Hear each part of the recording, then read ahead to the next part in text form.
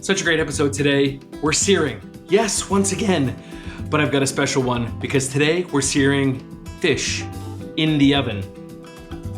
And it's my favorite way to cook fish. Comes out perfect every single time. So stay tuned.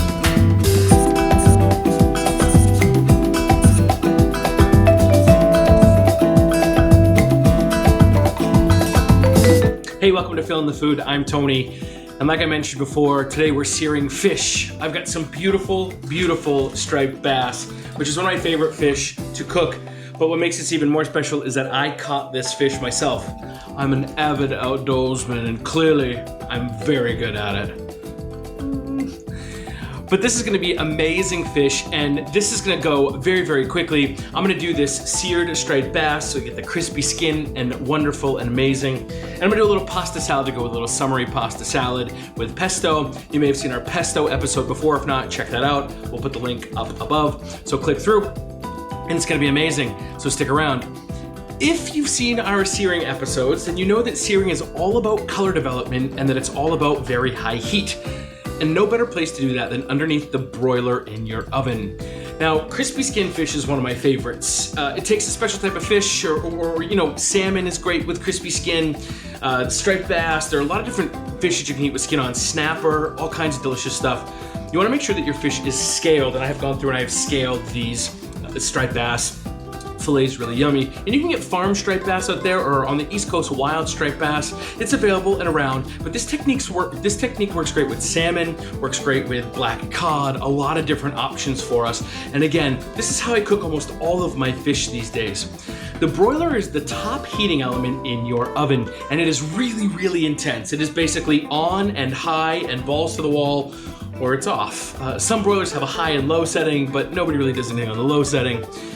The cool part about this is that by the time we broil this on the top and that skin gets nice and crispy, this piece of fish is gonna be cooked through perfectly delicious and beautiful, no flipping, no anything. And again, that translates to salmon, to black cod, to a lot of fish, as long as it's not too super thick. Even a beautiful piece of king salmon, you'll get that skin nice and crisp, and the fillet will still be medium, which is how I like to eat my salmon.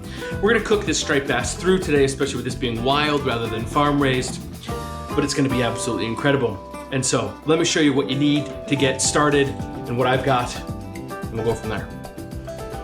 I have my striped bass right here, and these are fillets. I filleted them all down, and these are absolutely just wonderful, delicious. What I love about striped bass is it's a hunting fish, and so the flesh is really kind of firm, but it's still flaky and white. If you can't find striped bass, then certainly halibut would work great, although you're not gonna get skin on halibut really, and I wouldn't really eat halibut skin, but it has that similar firmness to it.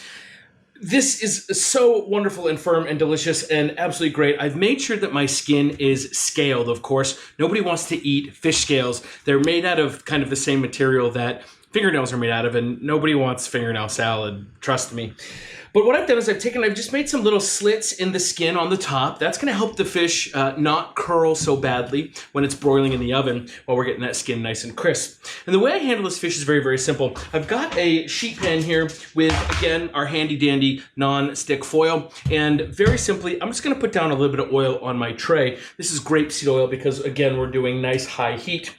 And so I start by putting my fillets down on there, skin side down. Now it's important to note that I've got this skin really, really dry. I had it sitting in the fridge overnight with paper towel on top, and that really helped dry that skin out. It's gonna make sure that I get a really nice crispy skin. Of course, I'm gonna season my flesh with salt and probably a little bit of pepper as well, just a bit of kosher. I'm gonna keep this really simple today. Fennel pollen, always delicious on this. Other fresh herbs would be great. If you've got your favorite spice seasoning mixture, that's fine as well. And so I take the skin, I rub it around in that little bit of oil on the bottom to make sure that it's coated well, and I'll flip this to flesh side down, and I'm gonna re-season that skin side. Now I'm just gonna do salt on the skin side, because if I did pepper, it could burn underneath the intense heat of the broiler, and that's not what I want. Now with my pasta salad that I'm serving today, I want to have some blistered cherry tomatoes in there. If I've got the broiler going and I'm cooking my fish under the broiler, I might as well broil my tomatoes at the same time. I've got these beautiful cherry tomatoes that are mixed colors. I got these at Toscano Family Farms at the AIM Farmers Market this week up in San Rafael. And I'll just take these and I will pop the little stems off of them very quickly, and I'll throw those down on the tray. Now, I've worked in a lot of restaurants where we just roasted these whole without popping the stems off, and that's okay, but nobody wants to eat that little stemmy bit even when it's roasted. It looks nice, but stop serving food that looks nice but isn't fun to eat, restaurateurs out there. Okay, I've done it a couple times. Penance is that I'm teaching you how to do it this way. So I get all these stems off, and I'm just gonna give these a little bit of olive oil, and I'm gonna, again, same tray and everything. These are gonna be really, really simple. Let me grab some olive oil, and just a little drizzle over the top. I don't need much.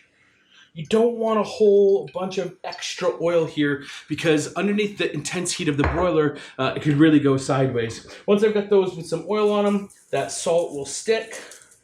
And again, I'm gonna avoid pepper on this because I don't want it to burn, just like the underside of my fish. Okay, you don't really need to preheat your broiler because it's such an intense heat, it's gonna kick on and it's gonna be raring to go. If you do wanna preheat, maybe only a minute or so.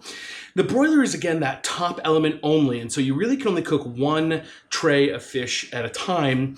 You can't put food on both shelves, and you wanna make sure that your shelf is really high up on the rungs of your oven, almost basically at the top one. Sometimes that top one can be a little bit close, so I usually go one below, but really simple stuff.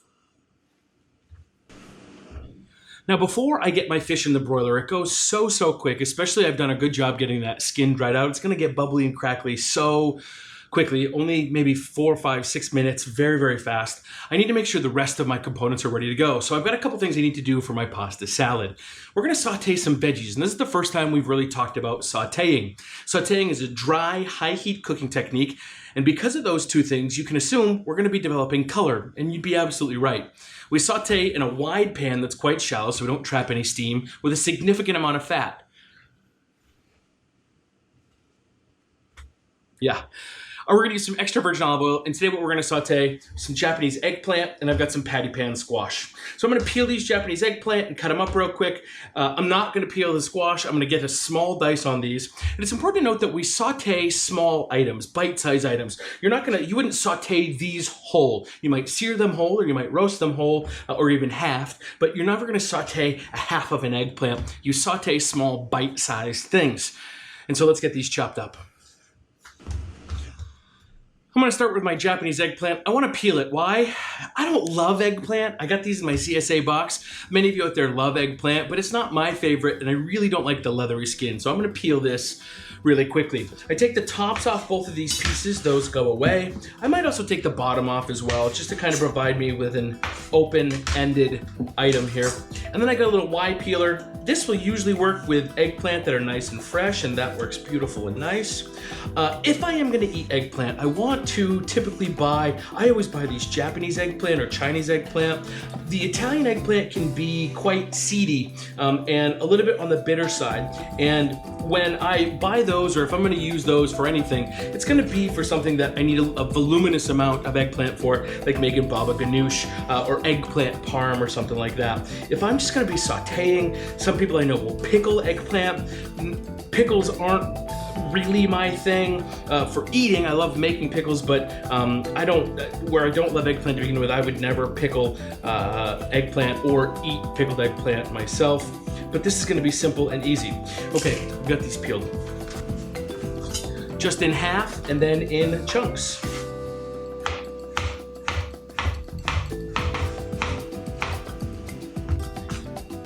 Let's get up to the patty pan squash. I'm gonna do these a little bit smaller than I did my eggplant pieces, and that's because the eggplant is softer. It's got a lot more water in it, and it's gonna cook down a little bit more. These are gonna retain their shape a little bit better, but they're still pretty soft. So I'm gonna do these just a touch smaller. For this, I start by just making a nice flat plane. I'll drag my knife tip through about 1/4 of an inch strips. So from a flat to a strip and then across into a dice. And it's important to have your sauteed veggies about the same size, at least the like items of like densities if they're going into the pan at similar times. You wouldn't want to be all kind of schizo with all of your zucchini size here, because then it's going to cook unevenly in the pan. I also have got a little 8-ball squash. This is the round little squash. It's a little bit lighter in color than the typical green zucchini. Back home we used to call these kusa, which is the Lebanese name for the vegetable in this coloration. And so I do the same thing. I start by making wide flats, and then I will come across to make strips, and then right across that to make my dice. I've got my pasta already cooked, and today I'm using, this is a little tubetti. You could use ditalini, that would be fine. I was hoping to find some pearl pasta at the store. I thought I had some in my cupboard, but I was out. So I picked a little bit of ditalini. They didn't have any of the pearl pasta at the store, the Israeli couscous, which I really love, fregola. Any small little pasta is gonna be great for this pasta salad. I really love it. I just cooked that till it was tender. I chilled it down with some cold water, and then I just hit it with a little bit of olive oil while it's sitting and waiting. And I've got my pesto already made from an earlier episode as well, so that's ready to go. I think I'm ready to saute my veggies and get my fish close to the oven. All right, I've got my pan preheating, and I'm using a non-stick pan today. That's what I have at home.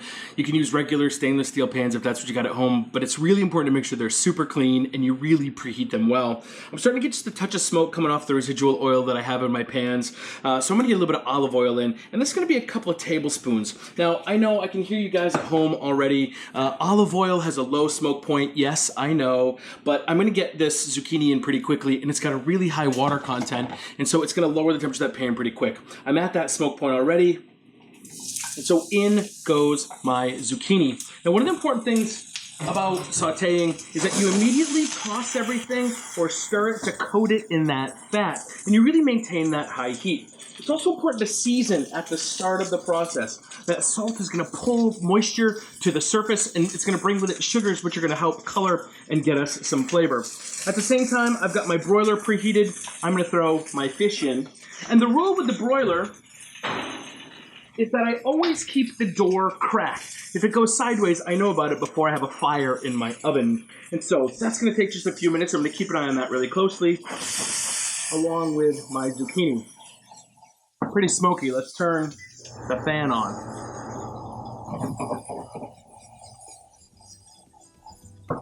Now I'm already starting to pick up color on my zucchini. I'm gonna throw my eggplant in. And that eggplant is like a sponge. It's gonna soak up all kinds of oil. And so a little bit more olive oil over the top. And as always, a little bit of seasoning. Now I'm pretty sure that my fish is gonna be broiled before my tomatoes are finished off, and that's okay. I'll just pull the pan out and set my fish aside, and then throw the tomatoes back under the broiler. My veg doesn't have too much longer to go before it's done. I just wanna get a little bit of color on that eggplant and really push some more color into the zucchini. Now, any vegetable in this would be fine. If you have corn, green beans, all that would be delicious. If you like peppers and worship Satan, you can throw some of that in here as well. I don't love peppers, especially the green ones. Gross.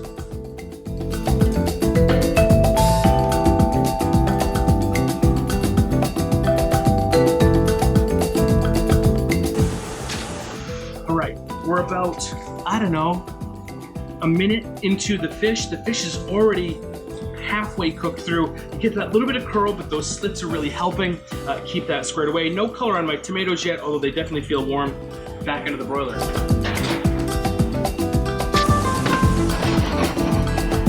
Look at all that beautiful color on my sauteed veg. Doesn't that look amazing? And that's the whole point. That's the goal of what we're looking for, that beautiful caramelized color profile. We're developing flavor when we're sauteing veggies and developing color. Really important. I've got my fan on just to make sure that any smoke doesn't set off my smoke alarm. Again, I set it off all the time, my poor neighbors. Come look at the fish with me. Come on down. Let's look.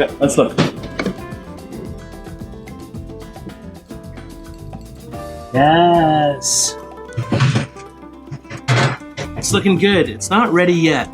That skin isn't quite crisp, although we're getting some good color on the end right there. You can see on the edges.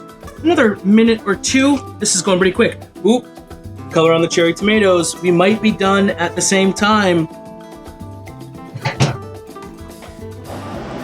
Now, one of the reasons that I keep the door open is so that I can tell if it's gonna go sideways, if it gets a little smoky in there, or I know about it before it's too late. If your door does get closed, then you do set something on fire, keep the door shut, order a pizza, do not crank the door open. The fire department is gonna be at your house sooner than you know, so just keep the door closed, it'll be okay. We've all set something alight under the broiler, it's gonna be fine. That being said, I like to keep it cranked open.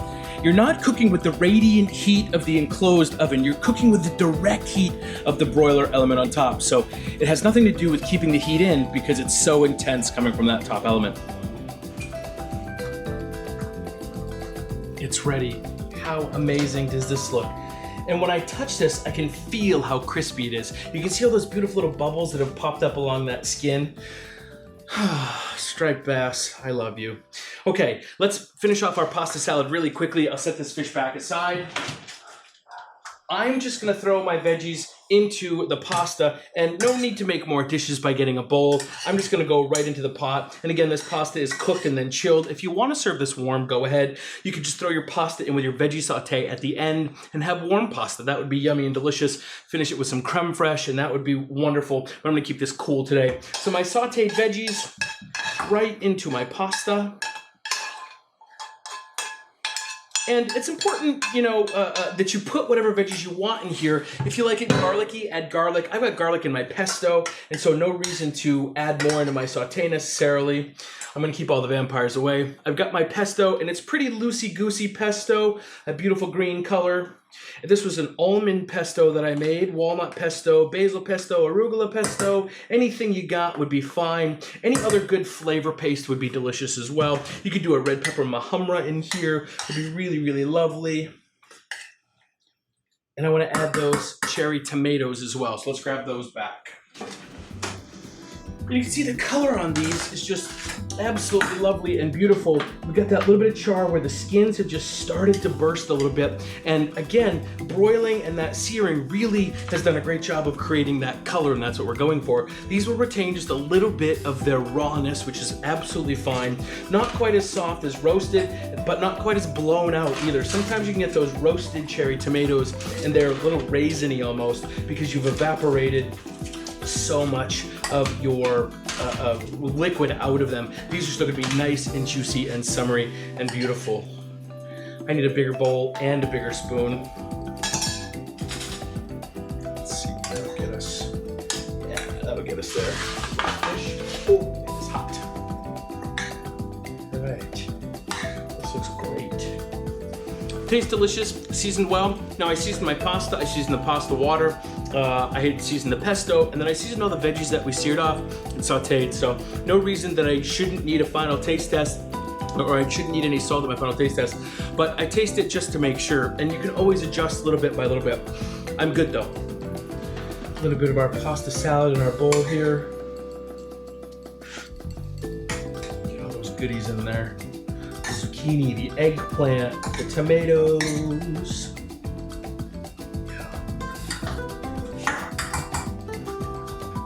And just our beautiful little pieces of fish.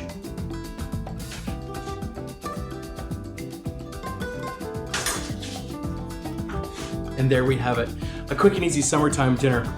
We oven seared our fish today, and a lot of the same principles as pan searing apply.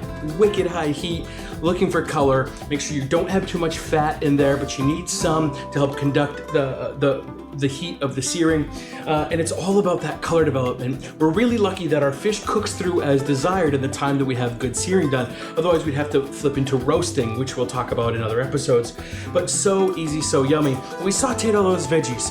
First time sauteing, so we have a nice saute pan, wider than it is taller, with very short side walls, a moderate amount of fat that we heated to its smoke point.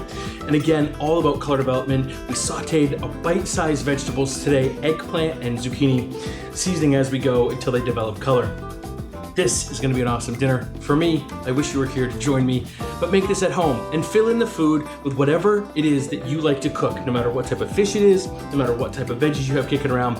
This technique is pretty universal and can be filled in a lot of different ways. So we hope you enjoy. Click the like and subscribe button if you're having a good time. Share with your friends and your enemies, your in-laws and your outlaws. We'll see you next time on Fill in the Food.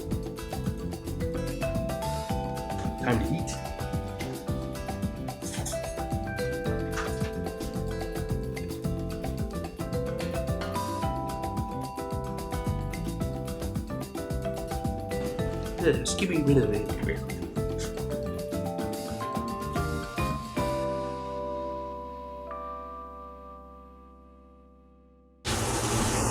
The fish is looking good.